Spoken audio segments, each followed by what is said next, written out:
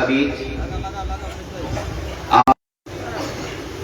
মহোদরা মোদ্দাফক শহীদুল ইসলাম সাহেব, আজকের এই প্রোগ্রামের সম্মানিত প্রধান অতিথি বাংলাদেশ জামাত ইসলামী কুমিল্লা উত্তর জেলার সম্মানিত আমির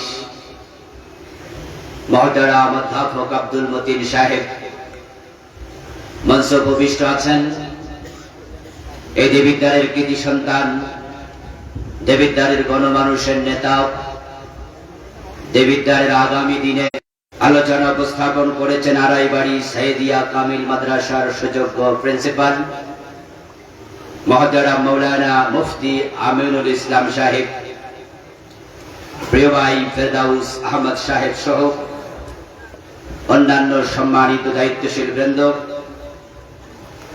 আপনাদেরকে ইসলামী সঙ্গীতের সুরের মূর্ছনায় উজ্জীবিত করেছেন, আপ্লুত করেছেন বাংলাদেশের ইসলামী সংস্কৃতির সঙ্গীতাঙ্গনের পুরোধাপ বিশিষ্ট সুরকার, সুর সম্রাট শিল্পী মশিউর রহমান। আমি আসার পরে আরেকটি শিল্প গোষ্ঠীর সদস্য ভাইয়েরা চমৎকার ইসলামী সঙ্গীত উপস্থাপন করলেন, সকলকে মোবারকবাদ জানাচ্ছি। উপস্থিত হযরত উলামায়ে কেরাম, ইসলাম প্রিয় তৌহিদি জনতা, পর্দার অন্তরালের সতী সাধবী সম্মানিতা মা ও বোনেরা, আমার প্রিয় দেবিদ্বারবাসী, প্রিয় ভাইয়েরা আছেন কেমন? মাশাআল্লাহ, আলহামদুলিল্লাহ, আমিও ভালো আছি। আল্লাহ তাআলা আমাদের সকলকে ভালো রাখুন, সুস্থ রাখুন। যতদিন আল্লাহ বাঁচিয়ে রাখবেন আমাদের সকলকে ঈমানের সাথে বাঁচিয়ে রাখুন, আমিন। আল্লাহ তাআলাকে বিশেষভাবে আমরা ধন্যবাদ জানাচ্ছি, শুকরিয়া, কৃতজ্ঞতা জানাচ্ছি এজন্য যে দীর্ঘ 17 বছর পর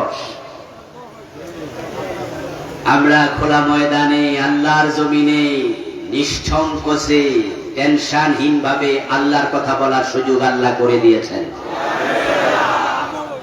আগে ইসলামী প্রোগ্রামগুলোর জন্য অনুমতি প্রার্থনা করতে আমাদের জুতার তলা ক্ষয় হয়ে যেত। জালেমদের কাছে, ফাসিক ফুজ্জারদের কাছে অনুমতির জন্য গিয়ে ধর্ণা দিতে হতো। তারা অন্ধকে হাইকোর্ট দেখানোর মতো এই জায়গায় ও জায়গায় আমাদেরকে দৌড়াতে বাধ্য করত। জমিনটা আল্লাহর ছিল, কিন্তু তারা জোর করে দখল করে রেখেছিল।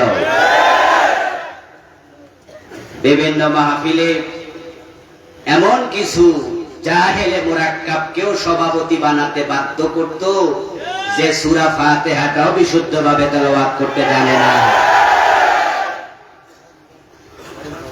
কিন্তু আল্লাহর বড় দয়া, আল্লাহর জমিনটাকে যারা আল্লাহওয়ালাদের হাত থেকে বিচ্ছিন্ন করতে চেয়েছিল, আল্লাহ তাদেরকে জাতি থেকে বিচ্ছিন্ন করে দিয়েছেন।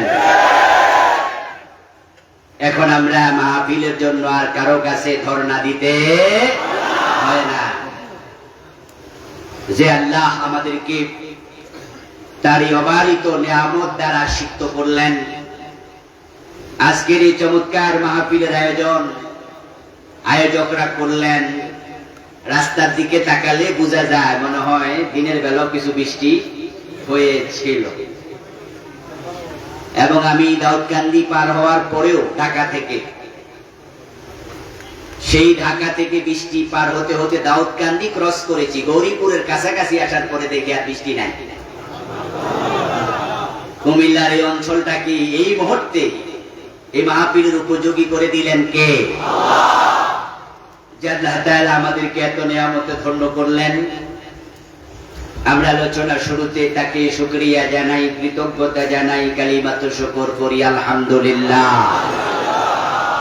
দুরূদ ও সালাম বিশ্ব নবী সাইয়্যিদুল আম্বিয়া, ইমামুনা, কুদওয়াতুনা, হাবিবুনা, উসওয়াতুনা, সানাদুনা, তাবিবু কুলুবিনা মুহাম্মাদুর রাসূলুল্লাহ সাল্লাল্লাহু আলাইহি ওয়াসাল্লামের প্রতি, সাহাবায়ে কেরাম ও শুহাদায়ে জামের আলা ইল্লিগিন আল্লাহ তাআলার কাছে কামনা করছি, আমিন। প্রিয় ভাইরা, মাহফিলের নাম সিরাতুন নবী সাল্লাল্লাহু আলাইহি ওয়াসাল্লাম মাহফিল। প্রিয় নবীর জীবন চরিত নিয়ে আলোচনা হবে। আল্লাহর হাবিবের জীবন এবং কর্ম আমাদের পাথেয়, উনার অনুসরণ আমাদের জান্নাত পাওয়ার উপলক্ষ। আল্লাহর নবী মুহাম্মদ আমাদের একমাত্র আদর্শ। এজন্য তাকে নিয়ে আমরা সারা বছরই কথা বলি, বলতেই হবে, কারণ তার অনুসরণ ছাড়া জান্নাত পাওয়া যাবে না। রাসূলুল্লাহ সাল্লাল্লাহু আলাইহি ওয়াসাল্লামকে অনুসরণ করে জীবন পরিচালনা করা আমাদের জন্য নফল না ফরজ? ফরজে আইন না ফরজে কিফায়া? তাকে অনুসরণ করা ইন্ডিভিজুয়ালি আলাদা। যত বিধান নাজিল করেছেন, এক নাম্বার বিধান ছিল ইকরা বিসমি রাব্বিকাল্লাযী খালাক। পড়ো তোমার রবের নামে যিনি সৃষ্টি করেছেন। পড়ো পড়ো।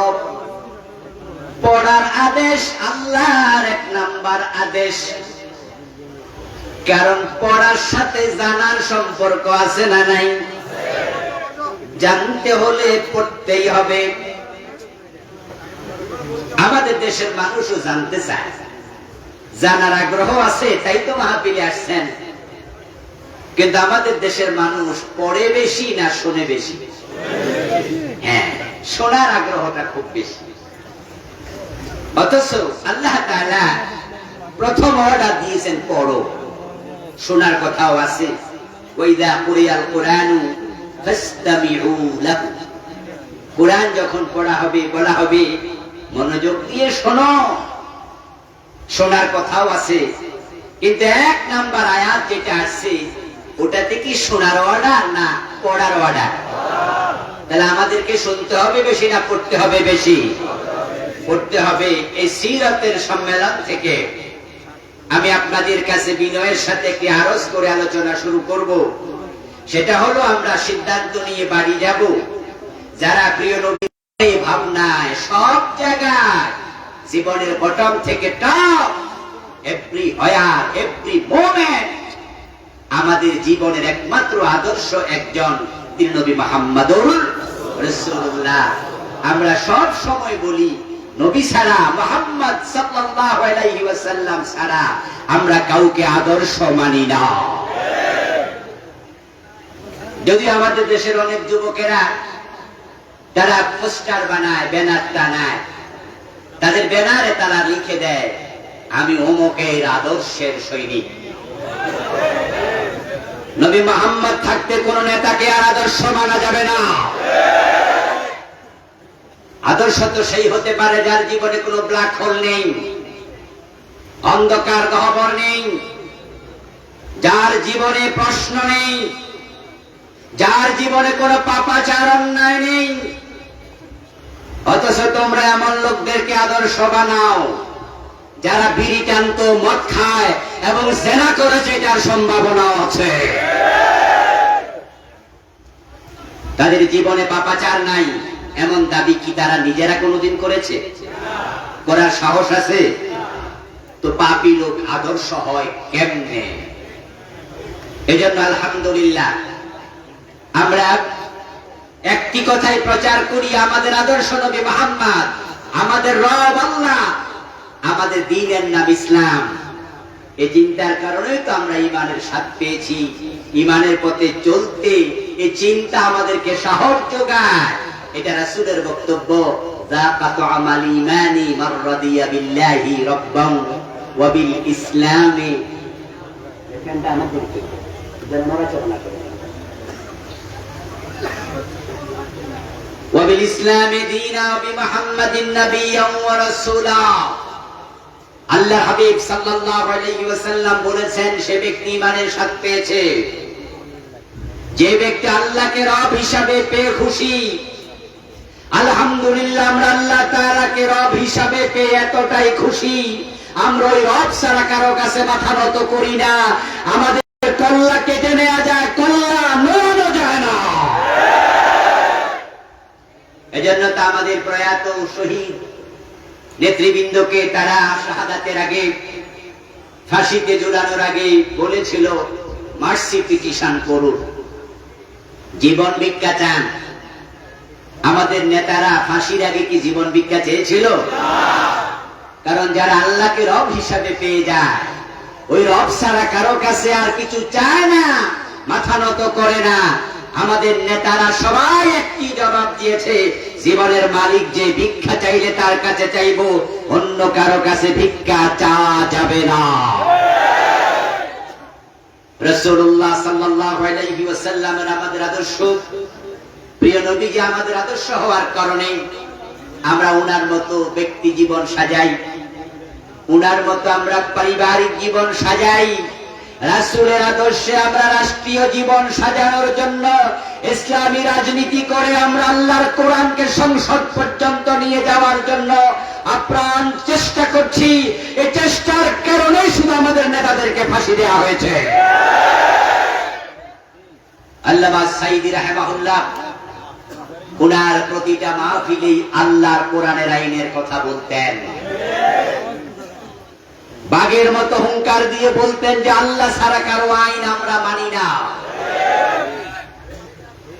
অন্য অন্য পীর সাহেবদের মতো, বক্তাদের মতো, আলেম ওলামাদের মতো যদি শুধু নামাজ, রোজা, হজ, যাকাত, তাসবিহ, তাহলিল, জিকির, আজকারের ওয়াজ এই পর্যন্ত আল্লামা সাঈদী সীমাবদ্ধ থাকতেন, 13টি বছর জেলখানায় কাটানো লাগতো না। যদি উনি পীর হয়ে মুরিদ বানাতেন, উমার মতো মুরিদ বাংলাদেশের কোন পীর পেত না। কিন্তু ইসলামকে তিনি জীবন আদর্শ হিসাবে গ্রহণ করলেন, প্রিয় নবীকে একমাত্র মডেল হিসাবে গ্রহণ করলেন।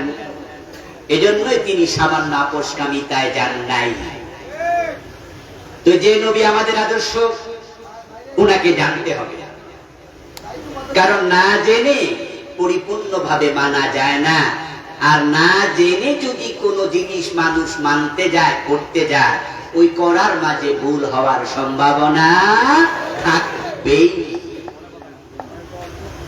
আপনি ড্রাইভিং না শিখে যদি গাড়ি চালাতে যান, অ্যাক্সিডেন্ট করার সম্ভাবনা আছে কিনা? আপনি ডাক্তারি না শিখে যদি আপনি চিকিৎসা করতে যান, অপারেশন করতে যান, মানুষকে ঔষধ লিখে দিতে যান, আপনার হাতে রোগী মারা যাওয়ার সম্ভাবনা আছে না নাই? এই জন্য ডাক্তারি করা আগে না শিখা আগে? গাড়ি চালানো আগে না ড্রাইভিং শিখা আগে? তো নবীকে মানা আগে না নবীকে জানা আগে? নবীকে জানতে হবে। আমি আপনাদের সম্মুখে পবিত্র কোরআন মাজিদ থেকে সূরাতুস সাফ এর 9 নম্বর আয়াতে কারিমা তিলাওয়াত করেছি।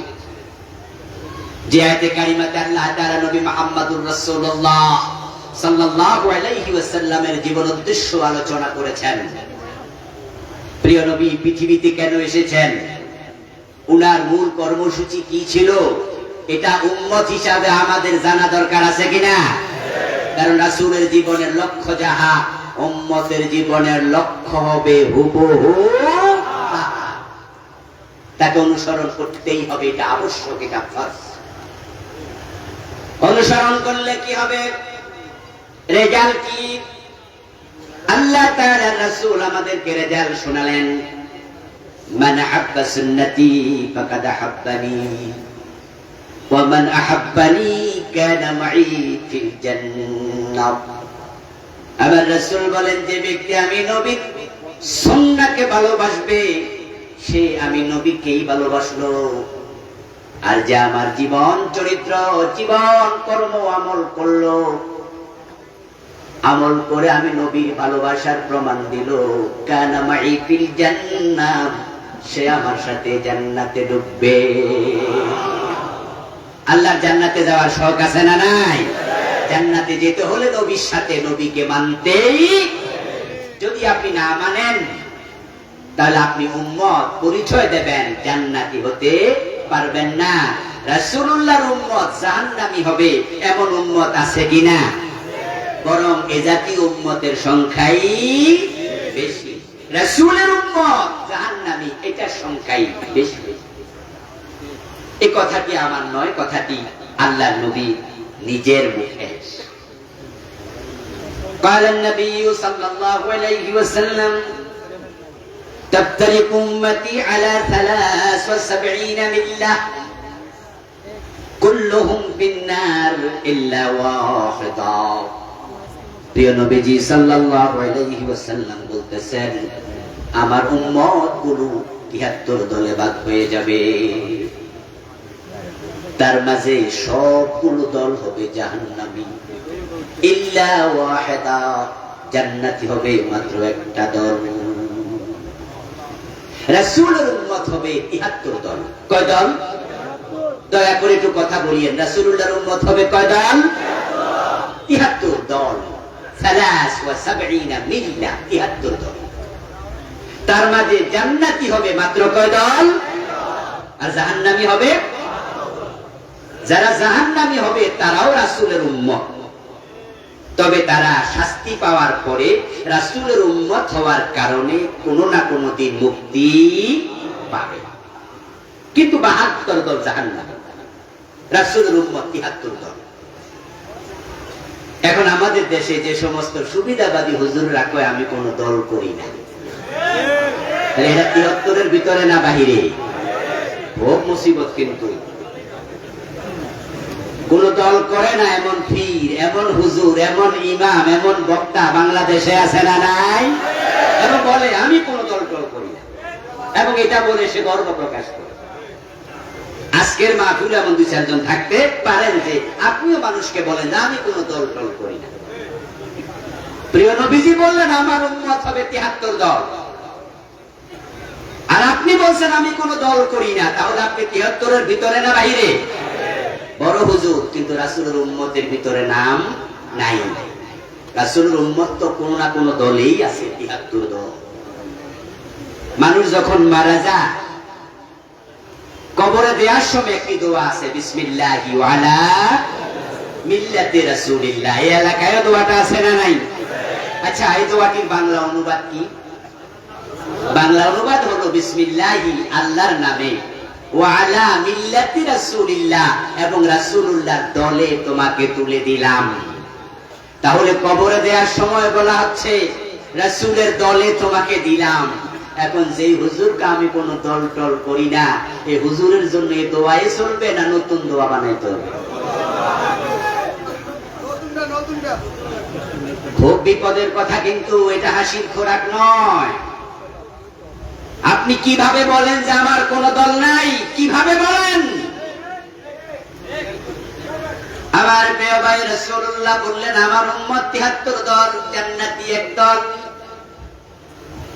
কিলা ইয়া রাসূলুল্লাহি ওয়া মাহি, আল্লাহর হাবিবকে কোন একজন সাহাবী প্রশ্ন করলেন, হে আল্লাহর নবী, জান্নাতি হবে মাত্র সেই দলে না গেলে তো জান্নাতি হওয়া যাবে না, তা জান্নাতি দল কোনটা আমি চিনতে চাই। যেই সাহাবী প্রশ্ন করলেন, জান্নাতে যাওয়ার আকুতি থেকে তিনি করলেন, এবার বলুন তো রাসূল যদি জীবিত থাকতেন এই প্রশ্নটা আমাদেরও করা দরকার ছিল কিনা?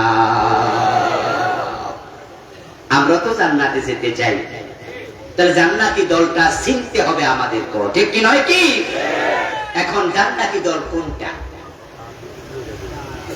এবার প্রিয় নবীজি জবাব দেন, মা আনা আলাইহি ওয়া আসহাবি, জান্নাতি দল হলো সেটা আমি নবী মুহাম্মদ যার উপর প্রতিষ্ঠিত এবং আমার সাহাবারা প্রতিষ্ঠিত। মা আনা আলাইহি, যার উপর আমি প্রতিষ্ঠিত, ওয়া আসহাবি, এবং আমার সাহাবারা প্রতিষ্ঠিত। যদি তুমি ঠিক তার উপরে প্রতিষ্ঠিত হতে পারো তাহলে তুমিও হবে জান্নাতি। আপনি কিভাবে বলেন যে আমি কোন দল করি না? রাসূলের দল আছে, আল্লাহর দল আছে, সাহাবাদের দল আছে, আর আপনার কোন দল নাই। এই কথাগুলো তারা এই জন্যই বলে কোন দল করি না। এ কথা বললে সব দলের হাদিয়া, হালুয়া রুটি, হাদিয়া তো পাওয়া যায়। এবং এই দেশে যে হুজুররা, যে আলেমেরা দল করে না, তাদের কাউকে মামলা দিয়ে জেলে দেয়া হয় না, তারা সুবিধাবাদী হয়ে যায়। আর যারা আল্লাহ দলের লোক, রাসূলের দলের লোক, হাজারো কষ্ট, ডজন ডজন মামলা নিয়ে ঘোরাফেরা করেছে, বাড়িতে ঘুমাতে পারে নাই বছরের পর বছর। এ কষ্টে নিপতিত হওয়ার ভয় থেকেই বলেছে আমি কোন দল করি না। প্রিয় ভাই, রাসূলের দলে যোগ না দিলে জান্নাতে যাবেন কেমনে? এখন রাসূলুল্লাহ সাল্লাল্লাহু আলাইহি ওয়াসাল্লাম কিসের উপর প্রতিষ্ঠিত? আল্লাহর নবী কিন্তু বলে নাই অমুক দল, কোন দলের নাম বলে নাই। যদিও আমাদের বাংলাদেশে আমরা অনেকেই নির্দিষ্ট দলে যোগ দিয়া, নির্দিষ্ট পীরের মুরিদ হয়ে, নির্দিষ্ট গোষ্ঠীর সাথে সম্পৃক্ত হয়ে নিজেরা জান্নাতের স্বপ্ন দেখি। বাংলাদেশে যে দলগুলো আছে, আজ থেকে 100 বছর আগে এই নামে কি একটি দলও ছিল? হেফাজত ইসলাম ছিল, জামাত ইসলাম ছিল, খেলাফত মজলিস ছিল, খেলাফত আন্দোলন ছিল। যত ইসলামী দল আছে, আমরা তো ইসলামী দল করলে জান্নাত পাবো এই মানসিকতা আমাদের লালন করি, তাই তো ইসলামী দল করি। কিন্তু এই নামওয়ালা একটা দলও তো 100 বছর আগে ছিল না। এতে বুঝা যায় অমুক দল রাসূল বুঝাননি যে অমুক দল করলে জান্নাত পাওয়া যায়। বরং রাসূলুল্লাহ বলেছেন মানা আলাইহি ওয়াসহাবি, যার উপর আমি নবী প্রতিষ্ঠিত তুমি তার উপর প্রতিষ্ঠিত হও। ওই চিন্তা চেতনা লালন করো। প্রিয় নবীজি কিসের উপর প্রতিষ্ঠিত? এবার কোরআন থেকে শোনো। কুল ইন আত্তাবিউ ইল্লা মা ইউহা ইলাইয়া ইন্নী আখাফু ইন আসাইতু রাব্বি আযাব ইয়াউমিন আযীম। ও নবী মুহাম্মদ সাল্লাল্লাহু আলাইহি ওয়াসাল্লাম, আপনি উম্মতকে শুনিয়ে দেন, আপনি বলুন ইনাত্তাবিউ ইল্লা মা ইউহা ইলাইয়া, আমি নবীর কাছে যে ওহী আসে আমি তা মানতে বাধ্য। আমি নবী মুহাম্মদ ওহীর উপর প্রতিষ্ঠিত, ওহীর বাহিরে কোনো কথা বলি না, ওহীর বাহিরে কোনো কাজ আমি করি না। আমাদের নবী ওহীর উপর প্রতিষ্ঠিত ছিলেন, এই জন্য ওহীর বাহিরে তিনি কোনো কথা বলতেন না। ওহীর বাহিরে যে তিনি কথা বলতেন না তার প্রমাণ কোরআনের আরেক আয়াতে আল্লাহ দিয়েছেন।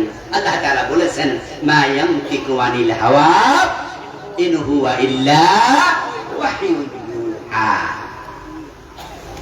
আল্লাহ তাআলা বলেন আমার নবী বানিয়ে কোনো কথা বলে না, বরং তিনি যা বলেন সব আমি আল্লাহর পক্ষ থেকে পাঠানো ওহীর ভিত্তিতেই বলে। রাসূলুল্লাহ ওহীর উপর প্রতিষ্ঠিত, ওহীর বাহিরে কিছু করতেন না, বলতেন না, চলতেন না। এজন্যই তো যখন মহিলা চোর ধরা পড়লো, প্রিয় নবীর কাছে অনুরোধ করা হলো অন্য কোন শাস্তি দেয়া যায় কিনা হাত না কেটে। আমার রাসূল সেদিন কি বলেছেন? লাওয়ান্না ফাতেমাতা বিনতা মুহাম্মাদিন সারাকাত ইন্না মুহাম্মাদান লা ইয়াকতাউ ইয়াদাহা। ওই মহিলা নয়, মুহাম্মাদের মেয়ে ফাতেমা যদি চুরি করে আমি নবী মুহাম্মদ ফাতেমার হাতটাও কেটে দেব। ছোট ধরে হাত কাটার অর্ডার আল্লাহর কোরআনে আছে নাই? ওহীর বাহিরে আমি নবী মুহাম্মদ কেমনে যাই? ইন্নী আখাফু ইন আসাইতু রাব্বি আযাব ইয়াউমিন আযীম। যদি আমি ওহীর বাহিরে যাই, আমার রবের কথার উল্টা চলি, তাহলে কঠিন হাসরের ময়দানের আযাবের ভয় আমিও করি, আল্লাহ আমাকেও রেহাই দেবেন না। এই জন্য ওই মহিলা নয়, আমার মেয়ে ফাতেমা চুরি করলে ফাতেমার হাতও আমি কাটবো। এই হলো আমার নবীর দলের চরিত্র, এই হলো আমার নবীর আদর্শ। এবার আপনি বলুন তো, বাংলাদেশের 53 বছরে আমরা চোর ধরে কয়জনের হাত কাটছি? তাই নবীর এই চরিত্র, এই আদর্শটা বাংলাদেশে উপস্থিত নেই। ও প্রিয় ভাইরা, রাসূলুল্লাহ সাল্লাল্লাহু আলাইহি ওয়াসাল্লাম চোর ধরে হাত কেটেছেন, ডাকাত ধরে শুলে দিয়েছেন, জেনা করলে বিবাহিত পাথর মেরেছেন, অবিবাহিত 100 পেত্রাঘাত করেছেন, কাউকে ছাড় দেন নাই। 53 বছরের বাংলাদেশে একদিনও চোর ধরে হাত কাটা হয় নাই, বরং আমরা হাত কাটার কথা বলি, তাই চোরগুলোর কলিজায় কাঁপুনি তৈরি হয়। তারা হাতের দিকে তাকায়া ভয় পায়, যদি চোরদের হাত কাটা শুরু হয় তাহলে ভাত খাইব কি দিয়া, ভোট চাইব মানুষের কাছে কি দিয়া। হাত নাই কাটা হাত দেখে আর কেউ এমপি মন্ত্রী বানাবে না, তাই তারা আমাদেরকে রাজাকার বলে, আল বদর বলে, আসাম বলে, যুদ্ধাপরাধী বলে জেলখানায় ঢুকায়া পুরায়া মারতে চায়।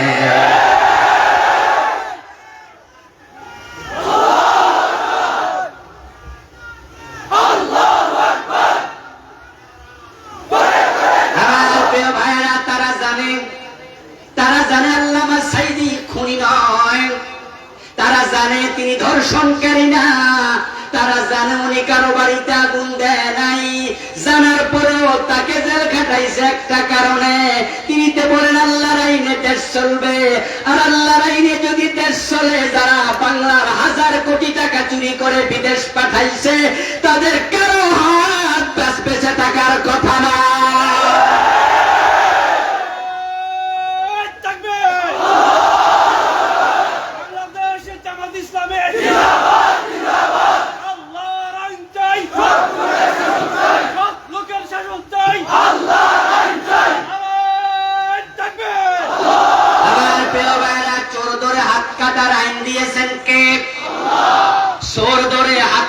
বিধানটা নফল না ফরজ?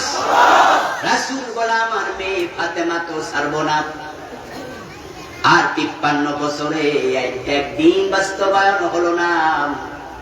এদেশের আলেম ওলামা পীর বুজুর্গ তারা নিশ্চিন্তে ঘুমায় কেমনে, বরং তাদের তো টেনশনে ঘুম হারাম হওয়ার কথা। যে বিষয়টাকে আমার নবী মুহাম্মদ সাল্লাল্লাহু আলাইহি ওয়াসাল্লাম এত গুরুত্ব দিলেন, ওই বিষয়টা বাংলাদেশে কায়েম নাই। আমরা আলেমরা কেমনে চুপ থাকি, কেমনে চুপ থাকি, কেমনে চুপ থাকি? আমার প্রিয় ভাইরা, আপনাদের এই দেবিদ্বার এখানে যে কেন্দ্রীয় মসজিদটা আছে, বড় মসজিদ, কলেজ মসজিদ, এখানে মসজিদ, এদিকে সুন্দর মসজিদ আছে। আচ্ছা, আগামী জুমায় যদি এমন একজন খতিব নামাজ পড়াইতে আসছে যে খতিবের ক্লিন শেভ, আচ্ছা আপনারা মিম্বারে থাকতে দিবেন না টাইনা নামাবেন? আচ্ছা বলুন তো, এই যে দাড়ি রাখা এটা ফরজ না সুন্নাত? সর ধরে হাত কাটা সুন্নত না ফরজ? গুরুত্ব বেশি কি সুন্নতের না ফরজের? যদি দাড়িবিহীন খতিবকে তোমরা মিম্বার থেকে টেনে নামিয়ে দিতে পারো, যারা ফরজ আইন বাদ দিয়ে 53 বছরে ধর্মনিরপেক্ষ সংবিধান দিয়ে দেশ চালিয়েছে, তাদেরকে টেনে নামানো দরকার আছে না?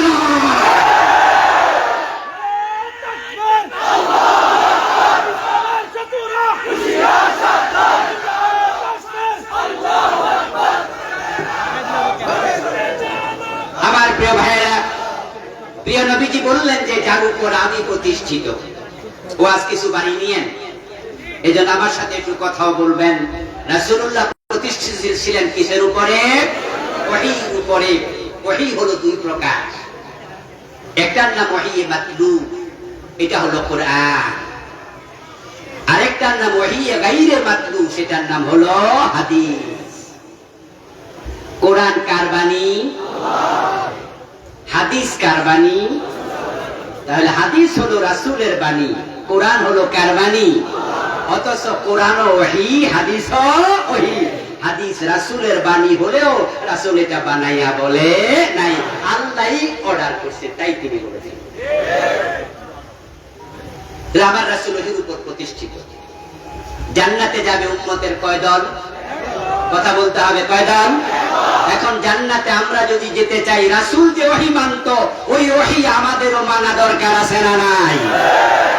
এবার আসেন একটু সামনে সাহাবাদের দিকে। মা আনা আলাইহি ওয়া আসহাবি, জান্নাতি দল একটা, যার উপর আমি এবং আমার সাহাবারা প্রতিষ্ঠিত। প্রিয় নবী ইন্তেকাল করলেন। ইন্তেকাল করার পরে হযরত আবু বকর সিদ্দিক ক্ষমতা আসলেন। আবু বকর ক্ষমতা আসার পরে একদল লোক যাকাত দিতে অস্বীকার করল। আবু বকর রাদিয়াল্লাহু তাআলা আনহু সাথে সাথে খালিদ বিন ওয়ালিদকে বললেন, তলোয়ারে শান দাও, যারা যাকাত দিতে অস্বীকার করেছে তাদের বিরুদ্ধে জিহাদ হবে, যুদ্ধ হবে। হযরত ওমর দৌড়ে আসলেন, এসে বললেন, খলিফাতুর রাসূলুল্লাহ আবু বকর, আপনি কাদের বিরুদ্ধে জিহাদের ঘোষণা দিলেন? এ মানুষগুলো তো 5 ওয়াক্ত নামাজি, হয়তো তারা যাকাত দেবে না বলেছে, আপনি তাদেরকে নসিহত করুন, ওয়াজ করুন, বুঝানোর চেষ্টা করুন, যাকাত দেওয়ার ব্যাপারে উপদেশ দেন, কিন্তু আপনি সরাসরি যুদ্ধের ঘোষণা কেন করলেন? তারা তো কালেমাওয়ালা, তারা তো নামাজওয়ালা। এই কথা শোনার সাথে সাথে আবু বকর সিদ্দিক কি বললেন? আবু বকর সিদ্দিক বলতেছেন, লাউ কাতিলান্না মান ফাররাকা বাইনাস সালাতি ওয়াজ যাকাত। ওমর, আপনার কোন পরামর্শ আমি শুনতে রাজি নই, বরং যারা নামাজ পড়তে রাজি, যাকাত দিতে রাজি নাই, নামাজ যাকাতের মাঝে পার্টিশন তৈরি করে, আমি তাদের বিরুদ্ধে যুদ্ধ করবই। এবার হযরত ওমর আবু বকর সিদ্দিক বলতেছেন, লাউ মানাউনি ইয়াকালান কানু ইউদ্দুনাহু ইলা রাসূলিল্লাহি লাকাতালতুহুম আলা মানঈ। আমার যুদ্ধের ঘোষণা শুনেন, এই মানুষগুলো যদি যাকাত দিতে রাজি হয়ে যায়, আমার কাছে মেসেজ পাঠায়, আবু বকর, আমরা সিদ্ধান্ত প্রত্যাহার করেছি, আমরা যাকাত দিতে রাজি, আপনি যুদ্ধ করেন না।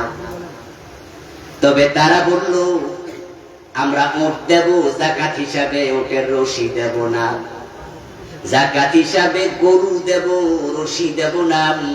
অথচ রাসূলুল্লাহর যুগে তারা উটও দিত, রশিও দিত। আমি আবু বকর শুধু রশির জন্য যুদ্ধ করব, কারণ রাসূলের ইসলামের মাঝে কোন হেরফের হতে আবু বকর দেবে না। রাসূলের ইসলাম যেমন, আমাদের ইসলামও হবে, তিনি মডেল, তিনি আদর্শ। আপনাদের এলাকায় কি ব্রিক ফিল্ড আছে? ইট বানায় যে ব্রিক ফিল্ড আছে না, আজকে গিয়েছেন অনেকে, না হয় যাবেন। ব্রিক ফিল্ডে গেলে দেখবেন যে যারা ব্রিক ফিল্ডে ইট বানায়, কর্মচারী 20 জন 50 জন ইট বানাচ্ছে, তাদের প্রত্যেকের হাতে ইট বানানোর জন্য একটা ফর্মা দেয়া হয়, লোহা দিয়ে বানিয়ে অথবা কাঠ দিয়ে বানিয়ে। এই ফর্মাগুলোর মাপ এক হয়। ব্রিকফিল্ডের মালিক নির্দিষ্ট মাপের ফর্মা বানাইয়া অনেকের হাতে দিয়েছে, কিন্তু এক মাপ হওয়ার কারণে ইট যদি 1 লক্ষ হয়, মাপ হয় কয়টা? 4 কোণ হবে। আপনি ফিতা দিয়া মেপে দেখবেন ইট সবগুলার একই মাপ। নবী মুহাম্মদ আমাদের ফরমা, আমাদের আইডল, আমাদের মডেল, আমাদের উসওয়া, আমাদের কুদওয়া, আমাদের পুরো জীবন রাসূলের মাপে সাজাতে হবে। আবু বকর বললেন, তারা রাসূলের সময় উটও দিত, রশিও দিত, এখন বলবে রশি দেব না। আবু বকর এটাও বরং রশির জন্য। আচ্ছা, আবু বকর সিদ্দিক রশির জন্য জিহাদ করবে। 53 বছরের বাংলাদেশে যাকাত আছে তো নাকি? রাষ্ট্রীয়ভাবে যাকাত কি করে? মন চাইলে দেয়, মন না চাইলে দেয় না। এবং যাকাত আমরা যারা মধ্যবিত্ত, নিম্নবিত্ত, আমরা দেই 10 লাখ, 5 লাখ, 20 লাখ, 50 লাখ, 1 কোটি, 2 কোটি, 5 কোটি, আমরা হিসাব করে করে যাকাত দেই, আলহামদুলিল্লাহ অনেকে। কিন্তু এই দেশে যারা 100 কোটি টাকার মালিক, 1000 কোটি টাকার মালিক, তারা যথাযথভাবে 1% যাকাত দেয় না। আবু বকর থাকলে তাদের বিরুদ্ধে জিহাদ ঘোষণা করে দিতেন। রাসূল বলেন, মান আলাইহি ওয়া আসহাবি, জান্নাতে যেতে চাও, আমি আমার সাহাবারা যার উপর প্রতিষ্ঠিত তার উপর প্রতিষ্ঠিত হও। এই দেশে 53 বছর যাকাত নাই, যাকাত বিহীন অর্থ ব্যবস্থা চলছে, আর আপনি আলেম হয়ে নিশ্চিন্তে ঘুমান কেমনে? রাসূলের দলে গেলে, সাহাবার দলে গেলে, আল্লাহর জমিনে দিন কায়েমের আগে নিশ্চিন্তে ঘুমানোর কথা না। আল্লাহর অর্ডার কি? কাতিলুহুম হাত্তা লা তাকুনা ফিতনা ওয়া ইয়াকুনা আদ-দীনু কুল্লুহু লিল্লাহ। তোমরা যে পর্যন্ত না পুরা জমিন আল্লাহ হয়ে যায়, আল্লাহর কথা সব জায়গায় চলে, ততদিন পর্যন্ত তোমরা নিশ্চিন্তে ঘুমাবে না, বরং লড়াই অব্যাহত রাখতে হবে। আবার আবু বকর সিদ্দিক মাত্র 2 বছর 3 মাস ক্ষমতায় ছিলেন।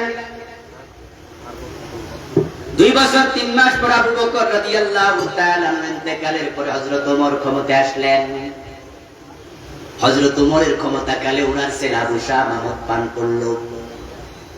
মদ পান করার পরে হযরত ওমর নিজের ছেলেকে সার দিলেন, 80 বেত্রাঘাত করলেন। আমার বন্ধু রাসূলের ইসলাম এটাই। আমার রাসূল বলেছেন, আমার মেয়ে ফাতেমা চুরি করলে সার দেয়া হবে না। ওমর তো রাসূল থেকে ইসলাম শিখেছে, এই জন্য ওনার ছেলে আবু শামা মদ পান করেছে, আবু শামাকে সার দেন নাই। কবি নজরুল চমৎকার ভাবে বলেছেন, মদ্যপানের অপরাধে প্রিয় পুত্রকে নিজ করে মেরেছ দোররা, মরেছে পুত্র তোমারই চোখের পরে। আবু শামাকে হযরত ওমর 80 বেত দিলেন। ওমর যদি মদ পান করলে নিজের ছেলেকে বেত্রাঘাত করতে পারে, রাসূলের ইসলাম অনুসরণ করে এমনটা ওমর করেন। 53 বছরের বাংলাদেশে মদ পানকারীকে 80 বেত একদিনও দেয়া হয় নাই, একদিনও দেয়া হয় নাই। রাসূলের ইসলামের সাথে আমাদের ইসলামে অমিল। তোমরা জান্নাতের আশা করো কেমনে? আল্লাহর জান্নাতে যেতে হলে মদ পান করলে 80 বেতের আইন, জিনা করলে রজমের আইন, চুরি করলে হাত কাটার আইন। এই আইন যদি সমাজে চালু করতে চাও, আল্লাহর কোরআনকে সংসদে নেওয়ার দরকার আছে না?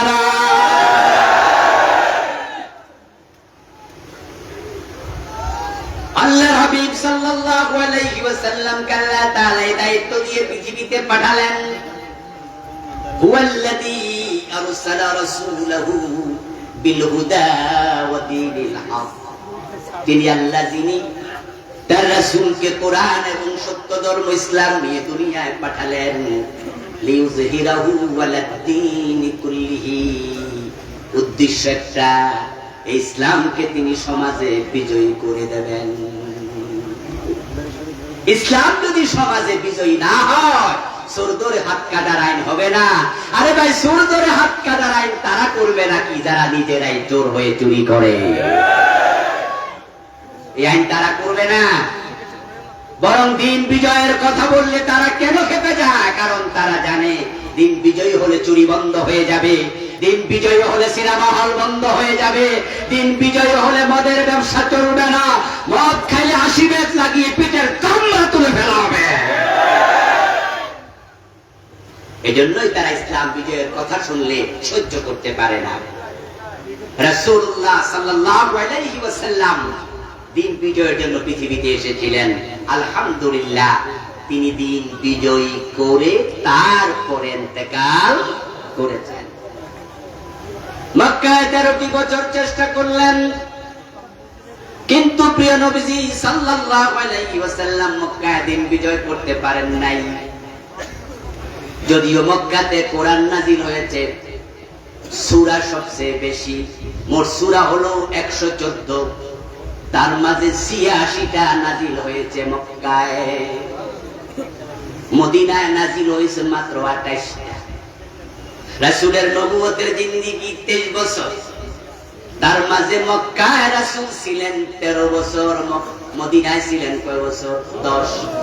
বেশি কোথায়? জোরে বলেন। মক্কায় সূরা নাযিল হলো কম না বেশি? রাসূলের সাহাবীদের মাঝে খলিফা 4 জন, আবু বকর, ওমর, ওসমান, আলী, 4 জনের জন্মস্থান কোথায়? রাসূলের সাহাবীদের মাঝে যারা দুনিয়ায় থাকতে জান্নাতের খবর পাইছে, তাদের মাঝে আশারা মুবাশশারা 10 জন বিখ্যাত, ওই 10 জনের জন্মস্থানও ছিল মক্কায়। আবু বকর, ওমর, ওসমান, আলী, তালহা, জুবায়ের, সাদ বিন আবি ওয়াক্কাস, সাঈদ বিন যায়েদ, আব্দুর রহমান ইবনে আউফ, আবু উবাইদা ইবনে জাররাহ রাদিয়াল্লাহু তাআলা আনহুম, এই 10 জনের বাড়ি জন্মস্থান মক্কা। 86টা সূরা নাজিল হলো মক্কা। রাসূলের 13 বছরের জীবন কাটলো মক্কায়, অথচ ইসলামের বিজয় হলো মক্কায় না মদিনায়? মক্কায় কেন বিজয় হলো না? কারণ মক্কার সংসদ ভবন দারুন নাদওয়াতে রাসূলকে কোরআন নিয়ে আবু জেহেলরা ঢুকতে দেয় নাই। বরং আবু জেহেলরা দারুন নাদওয়াতে বসে মিটিং করে তারা সিদ্ধান্ত নিয়েছিল, লা তাসমাউ লিহাদাল কুরআন। মক্কার লোকেরা, মুহাম্মদ যেখানে কোরআন তেলাওয়াত করে সেখানে তোমরা কোরআন তেলাওয়াত শুনতে যেও না। ওয়াল গাউফি, বরং যেখানে কোরআনের আলোচনা হয় সেখানে গন্ডগোল লাগাইয়া দাও। 1400 বছর আগের কোরআন মনে হয় যেন গত 15 বছরের সাথে মিলে যায়। বাংলাদেশে তাফসীর মাহফিল করতে গেলে 144 জারি হয়ে যায়। গত 15 বছরে পতিত সৈরাচার তাদের চরিত্রের সাথে আবু জেহেলদের চরিত্রের মিল আছে না?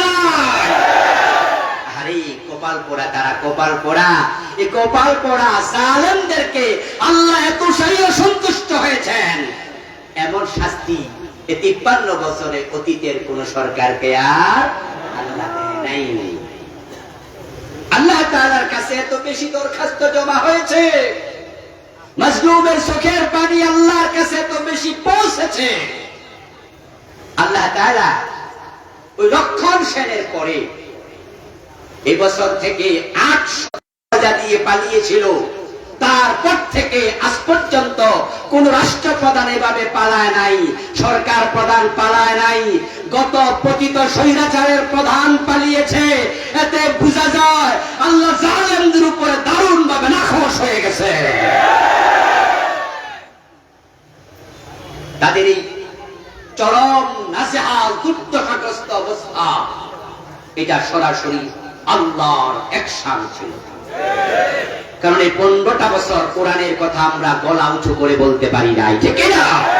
ঠিক আবু জেহেলদের সিদ্ধান্ত তারা বাস্তবায়ন করেছে এই দেশে।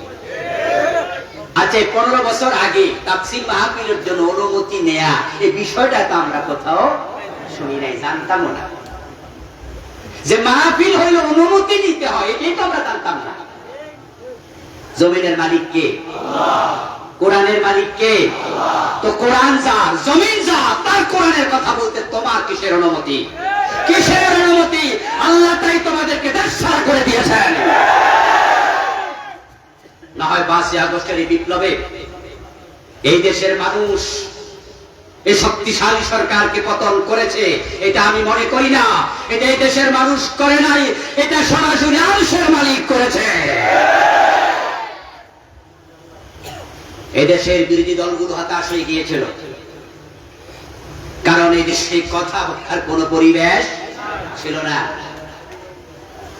ছোট্ট ছোট্ট বাচ্চাগুলো রাস্তায় নেমে এসেছে। 7 বছর 5 বছরের বাচ্চা গুলি খেয়ে মরেছে, ঘরের ব্যালকনিতে দাঁড়ানো ছিল। মাথার পাশ থেকে ঢুকো পাশ দিয়ে গুলি বের হয়ে গিয়েছে। এরপরেও দেশের মানুষ ভয় পায় নাই। 12-13 বছর বয়সের বাচ্চা রাস্তায় নেমে গেছে, আমাদের মা বোনরা পর্যন্ত রাস্তায় নেমে গিয়েছিল। আবু সাঈদ বুক পেতে যখন গুলি বরণ করলো, আবু সাঈদের শাহাদাত দেখে এই দেশের যুবকেরা ভয়ে ঘরের কোণায় ঢুকেছে, নাকি দলে দলে রাস্তায় নেমে এসেছে? তাদের কলিজার ভিতরে সাহস দিয়ে দিয়েছে কে? আমাদের এক বোনের বক্তৃতা শুনে অবাক হলাম। তিনি বললেন যে পিছনে ফেরার আর কোন সুযোগ নাই। ইউনিভার্সিটি পড়ুয়া একটা মেয়ে সাংবাদিকদের কাছে বলতেছে পিছনে আর যাওয়ার সুযোগ নাই, পিছনে পুলিশ, সামনে স্বাধীনতা। কি সত্যি কথা, কি সত্যির কথা। আমাদের কুমিল্লার মেয়ে ঢাকা ইউনিভার্সিটির প্রফেসর অধ্যাপক ডক্টর সাহেবা কি চমৎকার ভাবে বলেছিলেন, কয়জন মারবা? 1 জন মারবা, 10 জন আসবো, 10 জন মারবা, 100 জন আসবো, তোমাদের উপর আল্লাহর অভিশাপ পড়বে। আর সে আজিম কাঁপছে। সাহসিকতা আল্লাহ এমন ভাবে দিয়েছে, যুবকের রাস্তায় নেমেছে, আর জালেমরা দেশ ছেড়ে পালিয়েছে। রান্না করা ভাত খাওয়ার সুযোগ আল্লাহ দেয় না।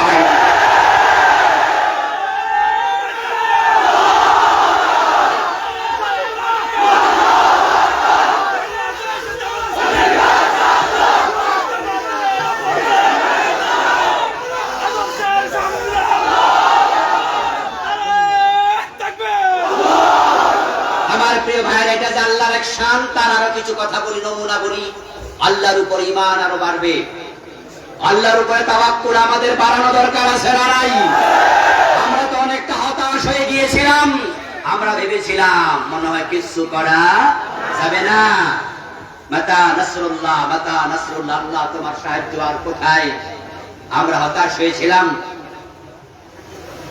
এবং যারা ক্ষমতায় ছিল তারাও এতটা আত্মবিশ্বাসী হয়েছিল যে তাদের এক নেতা তো তিরস্কার করে বলছে, আন্দোলন এসব আর হবে না, এই বছর না ওই বছর মানুষ বাঁচে। এই কথা বলছে না?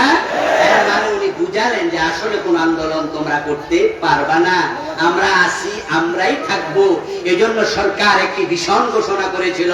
ওই ভিশনটা ছিল ভিশন 2041, 2000। মনে আছে না নাই? তারা বুঝেছে 41 সন পর্যন্ত তারা ক্ষমতা থেকে যাবে না, তারা থাকবে, আন্দোলনে দেশে হবে না। তারা আত্মবিশ্বাসী হয়েছে। আমরা হতাশ হয়ে গিয়েছিলাম। আমার আল্লাহ বলে না, সেটা না, ইন্না বাতশা রাব্বিকা ইন্নাহু লা ইফলিহুজ যালিমুন। আল্লাহ বলেন জালেমরা কখনো সফল হয় না, জালেমরা কখনো সফল হয় না। কথা কার? সুতরাং আমরাও কখনো জালেম হব না, আমরাও জালেম হব না। রাজি আছেন না নাই? ক্ষমতা পাইলে দেশের লোকরা জালেম হয়ে যায়। জালেম যদি আপনি হন, আপনিও সফল হতে আল্লাহর ঘোষণা, জালেম সফল হয় না। আল্লাহ বলেন উমলি লাহুম ইন্না কাইদি মাতীন, আমি রশিতে ঢিল দেই, আমার কৌশল বড় শক্ত। আমার প্রিয় ভাইরা, এই ছোট্ট ছোট্ট ফোলাবানগুলো রাস্তায় নামলো। আচ্ছা, যখন 9 দফার দাবি চলছিল, আবু সাঈদ সহ 15 জুলাইয়ের পরে যখন কিছু বাংলা জামাল ছেলে শহীদ হলো, তখন 9 দফা কয় দফায় পরিণত হলো? ওই এক দফা ছিল কি? বাংলাদেশ সরকারের দেশ থেকে পালিয়ে যাওয়া না পদত্যাগ করা? আচ্ছা, আমরা কেউ কি কইছে তারা পালা?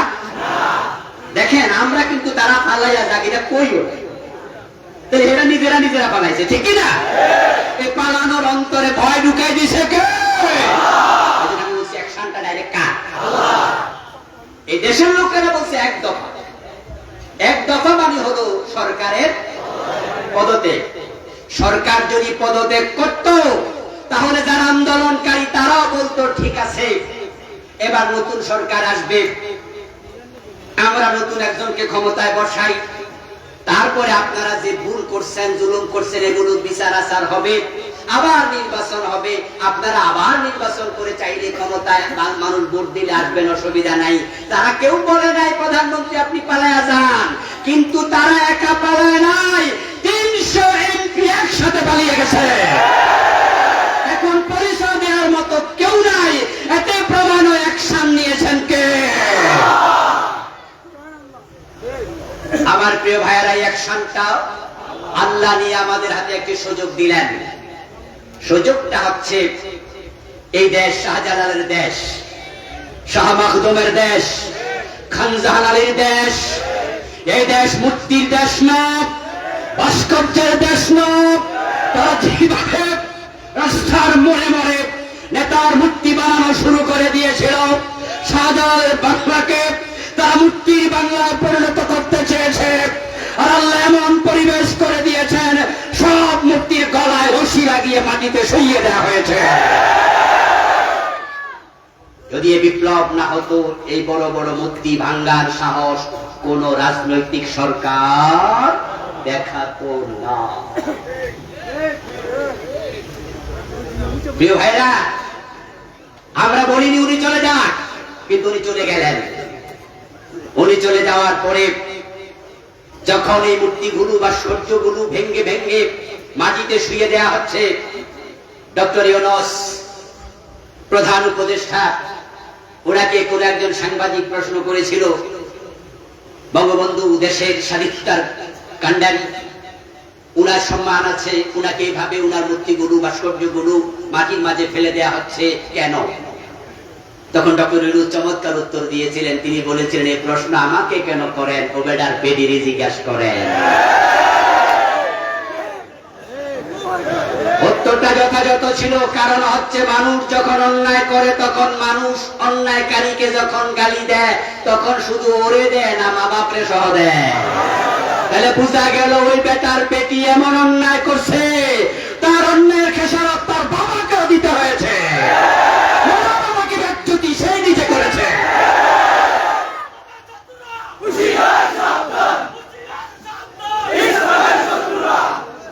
আমাদের দেশে আমরা যখন কাউকে গালি দিই, গালি দেয়া কি ভালো কাজ? এরপরও মাঝে মাঝে দেখ, যে বিয়ে করে তার বউয়ের ছোট ভাইরা আমরা কি কই? আচ্ছা, শালা কি কোনো গালি গালাজ নাকি? এরপরও আমাদের দেশে এটাকে গালি মনে করে। কইরা যখন কেউ কারোর গালি দেয় তখন কই শালার ভূত। গালি দেখে হেরিচ্ছেন এর বাপেরে, হে হলো ভূত। তাহলে গালিটা খাইলো কেনা? হ্যাঁ, সের অপরাধে বাবা গালি খাওয়া লাগে। আজকে বঙ্গবন্ধুর গলায় রশি লাগাইয়া মূর্তিগুলো মাটিতে শোয়াইয়া দেয়া প্রমাণ করে তার মেয়ে তাকে গালি খাওয়ার উপযুক্ত করে ফেলেছে। আল্লাহ ধরা বড় শক্ত, আল্লাহ ধরা বড় কঠিন। আলহামদুলিল্লাহ, দীর্ঘ 53 বছর পরে আল্লাহ তাআলা বিপ্লবের মাধ্যমে বাংলাদেশ ইসলামী সরকার গঠন করার একটি চমৎকার সুযোগ আমাদের হাতে তুলে দিয়েছেন। এই 53 বছরের কোন সরকার 52 সালে লিখিত সংবিধান পরিবর্তন করার সাহস করেনি, সুযোগ পায়নি, সামর্থ্য রাখেনি। ডক্টর কামাল যে সংবিধান লিখেছে, এই সংবিধান বাংলার মুসলমানকে শিরকে লিপ্ত করেছে। এই ধর্মনিরপেক্ষ সংবিধান মুসলমানদেরকে মুশরিক বানিয়ে দিচ্ছে। চুপ থাকার সুযোগ নেই, কথা আমাদেরকে বলতে হবে। আমাদের সংবিধানের পাতায় লেখা আছে, জনগণ রাষ্ট্রের মালিক। ল অফ সভরেন্টি, রাষ্ট্রের মালিক জনগণ। সংবিধানে এটা লেখা থাকার কারণে আমাদের নেতারা যখন ভোট চাইতে যায় তখন নেতারা মাইক হাতে নিয়ে বলে, জনগণ সকল ক্ষমতার উৎস, যেহেতু তারা দেশের মালিক। আপনাদের কাছে জানতে চাই, জমিনের মালিক কে? জনগণ। জমিনের মালিক কে? আকাশের মালিক কে? লিল্লাহি মা ফিস সামাওয়াতি ওয়া মা ফিল আরদ, লিল্লাহি মিরাসুস সামাওয়াতি ওয়াল আরদ, লাহু মা ফিস সামাওয়াতি ওয়া মা ফিল আরদ। আল্লাহ কত ভাবে বললেন, আকাশ জমিন সবটার মালিক আমি। আন্নাল কুওয়াতা লিল্লাহি জামিআ, সকল ক্ষমতার মালিক কে? আল্লাহ। আর আপনি বলছেন জনগণ ক্ষমতার মালিক। এই সংবিধান আমাদেরকে শিরকে লিপ্ত করছে। এই সংবিধান ডক্টর কামাল লিখেছে, তার লোকদেরকে সাথে নিয়ে এই সংবিধানে আল্লাহর আইন বাদ দিয়া মনগড়া আইন ঢুকিয়েছে। ছোট ধরে হাত কাটার আইন সুযোগ ছিল, ঢুকায়নি।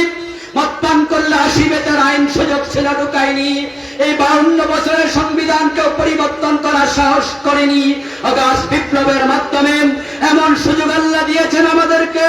আমরা যদি একমত হয়ে যাই, আল্লাহর কোরআন স্বামীর কাঠগড়ায় দাঁড়াতে হবে। আমরা আগে একতারাপ করেছি, একতারাপ ভবিষ্যতে চলবে। একতারাপ ইসলামের সৌন্দর্য। সাহাবাদের মাঝে ছোটখাটো একতারাপ ছিল, সব বিষয়ে মায়ের 2 সন্তানও একমত হয় না। নবীর দল, সাহাবাদের দল, কোরআনের দল। হাত কোথায় বাঁধেন? বুকের ওপর। কেন? হাদিসে আছে। ভাই আপনি হাত বাঁধেন নামাজে, কোথায় বলেন? আমির নিচে। কেন? হাদিসে আছে। আপনি আমিন আসতে বলছেন, হাদিসে আছে। আপনি আমিন জোরে বলেন কেন? বলে হাদিসে আছে। প্রিয় ভাই, লক্ষ্য করে দেখুন, একতারাপ যদিও থাকে, দলিল খুঁজি কোথায়? হাদিসে। তাহলে হাদিস নিয়ে কোন একতারাপ? এতে বুঝে যে একতারাপ থাকতেই পারে। কেউ কেয়াম করে, কেউ কেয়াম করে না। কেউ আমিন জোরে বলে, কেউ আমিন জোরে বলে না। কেউ 5 কল্লি টুপি মাথায় দেয়, কেউ 1 কল্লি টুপি মাথায় দেয়। কেউ ঈদে মিলাদুন নবী করে, কেউ সিরাতুন নবী পালন করে, কিন্তু কোরআন হাদিসের ব্যাপারে আমরা দ্বিমত করি না। আলেমরা যদি মতামত ভুলে গিয়ে, একতরফ ভুলে গিয়ে আগামীতে ইসলাম কায়েমের জন্য একমত হয়ে যায়, আলেমরা একমত হয়ে গেলে জালেমরা লেজ তুলে পালিয়ে যাবে। এই দেশে ইসলামের বিপ্লব কেউ ঠেকাতে পারবে না। একমত হওয়া দরকার আছে না নাই? দিন কায়েমের জন্য একমত হতে যারা রাজি আছেন দুই হাত তুলে দেখা দেন।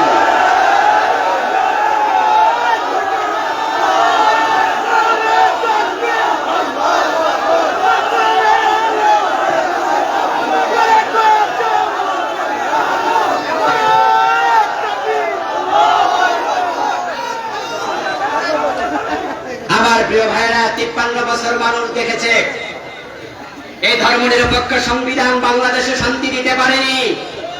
বরং আমরা বিগত সরকারের আমলে দেখেছি স্বামীর হাতে তার স্ত্রী নিরাপদ ছিল না। সিলেটের এমসি কলেজে 8 জন যুবক স্বামীর হাত থেকে স্ত্রীকে নিয়ে গণধর্ষণ করেছে। মনে আছে না নাই?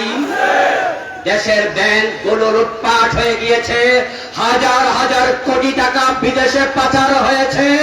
আমরা শান্তিতে আছি, রাস্তাঘাটের চামড়া নাই, কাজ করার আগেই রাস্তা ভাঙ্গা শুরু হয়ে যায়, কারণ লুটপাটের মহা উৎসব চলছিল। ইসলামের দিকে তাকান। রাসূলুল্লাহ সাল্লাল্লাহু আলাইহি ওয়াসাল্লাম যখন ক্ষমতায় আসলেন, ইসলাম যখন প্রতিষ্ঠিত হলো, জাহেলিয়াত দূর হয়ে সমাজে এতটা শান্তির ফুলধারা প্রবাহিত হলো। হযরত ওমরের শাসনামলে আমরা দেখেছি অর্ধ দুনিয়ার সম্রাট ওমর গাছতলায় ঘুমিয়ে থাকতেন, বডিগার্ডের কোনো প্রয়োজন হয় নাই। ওমরের সময় আমরা দেখেছি যাকাত বিভাগের কর্মচারী কাঁধে জাকাতের টাকা নিয়ে হেঁটে বেড়াতো, জাকাত খাওয়ার মতো লোক খুঁজে পাওয়া যেত না। যদি কোরআনকে সমাজে আবার কায়েম করা যায়, সংসদ ভবনে কোরআন ঢুকিয়ে দেয়া যায়।